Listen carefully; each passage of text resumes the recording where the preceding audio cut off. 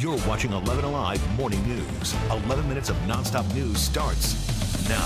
We're kicking off our 11 minutes of nonstop news, checking on your forecast. Chesley, what do you want people to know as they head out the door this morning? Well, they need to know that we do have some low-level cloudiness on the outside, so they need to be very, very careful. We were talking about the fog in some spots. Even saw some at the airport. Even though it's saying 10 miles visibility right here in Atlanta, there are some spots where we're seeing a little bit of fog popping up here. You got 1 mile visibility over toward Athens, down toward Thomaston. You got 1 mile, 0 visibility over into parts of Rome. That doesn't mean all of Rome is under a dense fog, but parts of it. Driving in and out of that. 1 mile visibility also up toward Dalton. You do have excellent visibility in some spots, but be careful as you're navigating through the roads today. Temperatures in the 70s starting off this morning, but will heat up into the upper 80s this afternoon. Very low threat for rain. We'll let you know how long that will stick around in the full forecast straight ahead. Candidates in Georgia are kicking it into high gear as they get ready for the midterm elections. Yeah, with several races hanging in the balance, they're spending millions just for your vote. 11 Alive's Jerry Carnes has more. U.S. Senator Raphael Warnock has spent more campaign funds than any other candidate for Senate in the United States. That's according to USA Today's analysis of campaign disclosure records. The newspaper reports that Warnock has spent $31 million since the first of the year, including $2,500 on limousine travel. His Republican opponent, Herschel Walker, has spent $10 million campaigning, according to USA Today. The publication reports that Democratic gubernatorial candidate Stacey Abrams currently has $18.5 million in her campaign war chest compared to Governor Brian Kemp's $7 million. Candidates are spending most of their money where you would expect, on television ads and online ads, as well as mailers. Your time now is 6:50, continuing your 11 minutes of nonstop news. Dangerous driving held up traffic overnight in Clayton County, and one of our producers caught it all on video. Look at this. The drivers blocked Upper Riverdale Road and Terra Boulevard just after midnight. You can see those people standing out there in the street as they watch cars doing donuts. Once they heard the police sirens, though, that group started to break up. We did reach out to Clayton County Police to see if any arrests were made. We're learning new details about the investigation into the hit-and-run death of a 7-year-old girl. It happened early Sunday morning in Clayton County near Terra Boulevard and Southside Commercial Parkway. We're told the child was staying at the Magnolia Bay Hotel, which is close to where she was hit. Police have not released the child's identity. Gwinnett County Police are working to find out how a man ended up dead in a front yard.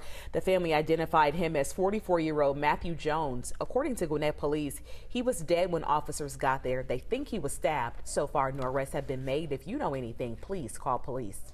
A Fulton County Sheriff's deputy is recovering after officials say a detainee stabbed him at the jail. Deputies say the suspect, Richard Parham, was being booked on several charges, including terroristic threats and battery. Officials say the deputy is in stable condition at Grady Hospital.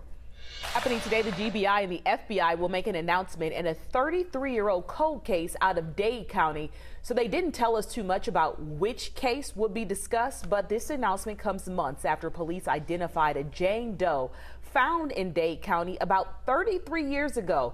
New genealogy technology helped identify Stacy Lynn Trehorsky back in March.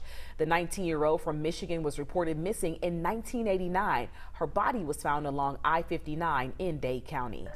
This morning, some schools are closed in northwest Georgia as communities they deal with the aftermath of severe flooding.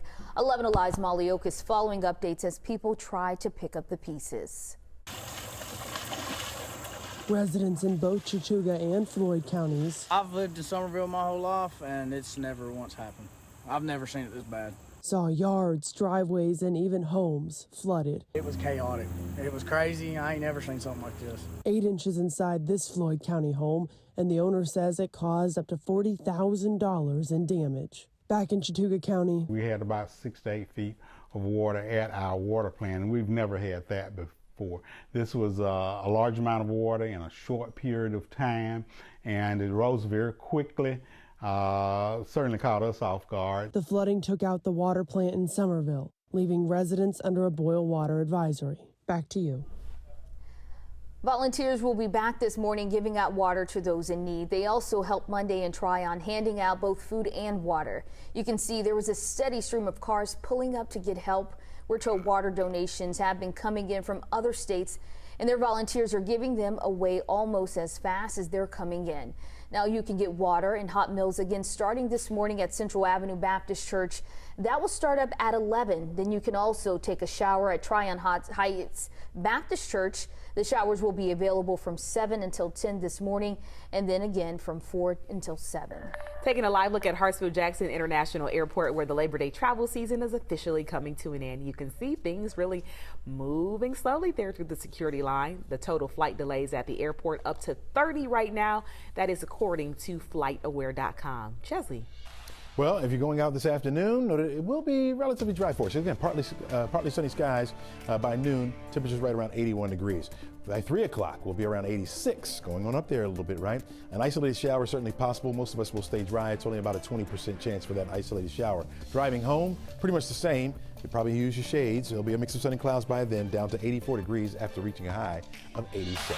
Show people how to do a 4-way stop at blinking red lights. Okay. Because what we just saw in there, People don't know how to do it. be safe out there, everybody. Woo!